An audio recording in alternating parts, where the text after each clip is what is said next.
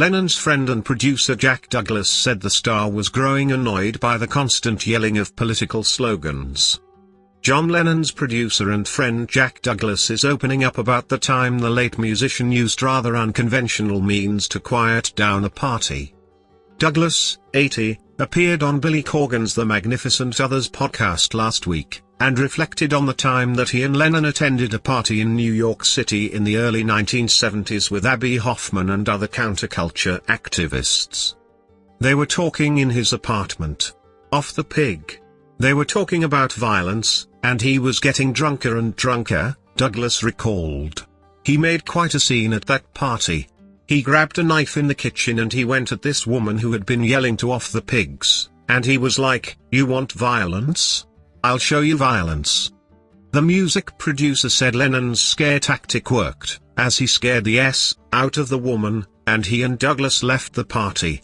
Off the pig was a political slogan often used by the Black Panthers and other political parties, with pig meaning police.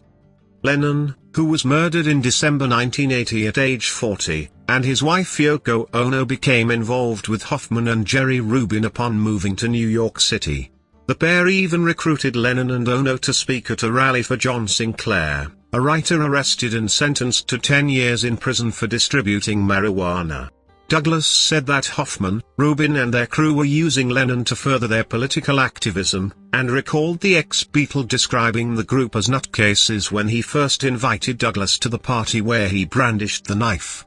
Amid his anti-war activism with Ono, the Imagine singer was put under surveillance by the FBI in 1971 and was nearly deported. Douglas opened up about working in the studio with Lennon on the day he died in a 2023 interview with People, saying the star was very positive and looking forward to his 9 a.m. studio call time the next day.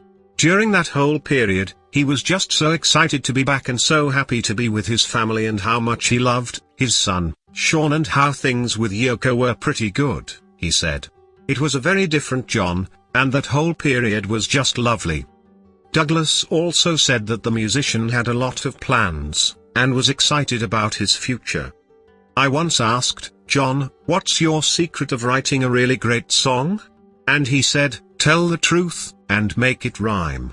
The reason why so many people felt close to him was because they always felt they knew him, because he sang about what he was going through," he said. "There was just this great truth about his music."